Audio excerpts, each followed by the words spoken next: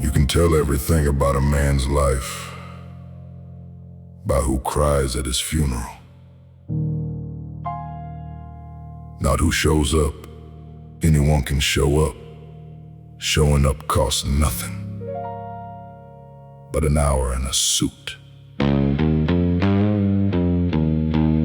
Watch who cries.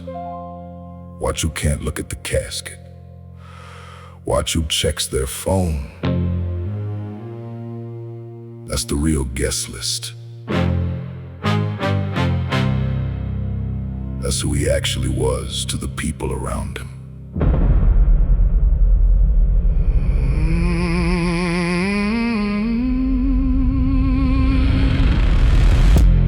400 people came to Marco's funeral. 400 suits, 400 pairs of hands. 400 mouths saying what a man he was. 400 hearts that mostly didn't understand. The flowers cost more than some men make in a year. The cars lined up 3 blocks in every direction. The priest spoke 40 minutes about a soul he'd never actually met in any direction. I stood at the back and counted the real ones, the ones whose faces showed something unplanned. 11 people out of 400.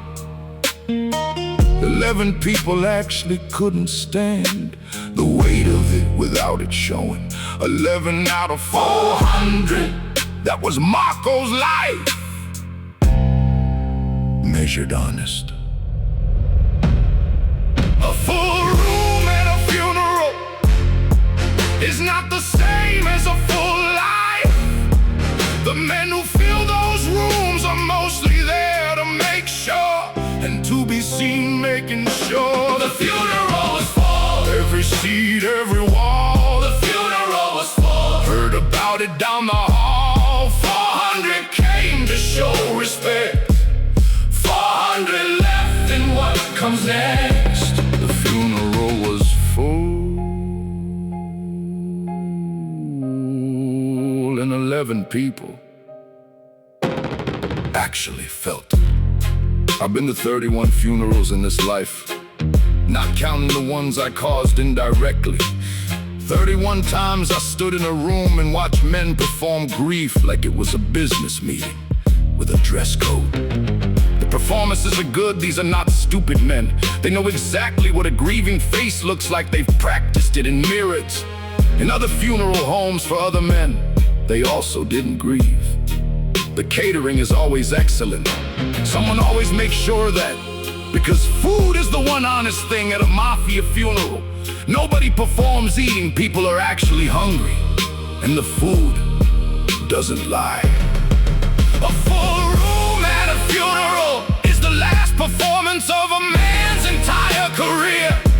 And the saddest part is he's not there to see how well everyone plays their part. The funeral was full. Every seat, every wall. The funeral was full. Heard about it down the hall. 400 came to show respect. 400 left, and what comes next? The funeral was full, and 11 people actually felt it.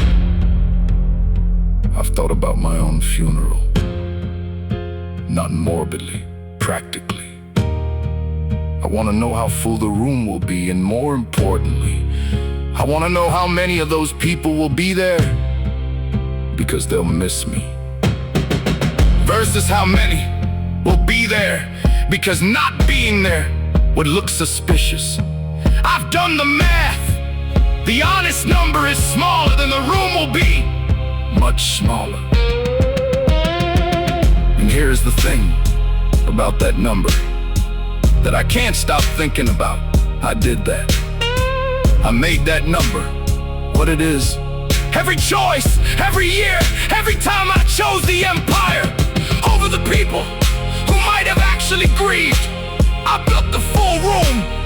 I emptied the real one.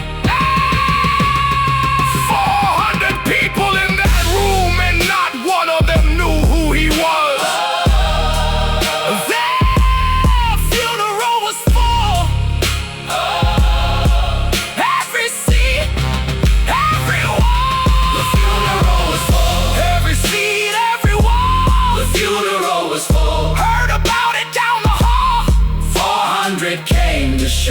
respect. 400 left, and what comes next? The funeral was full, and 11 people actually felt it.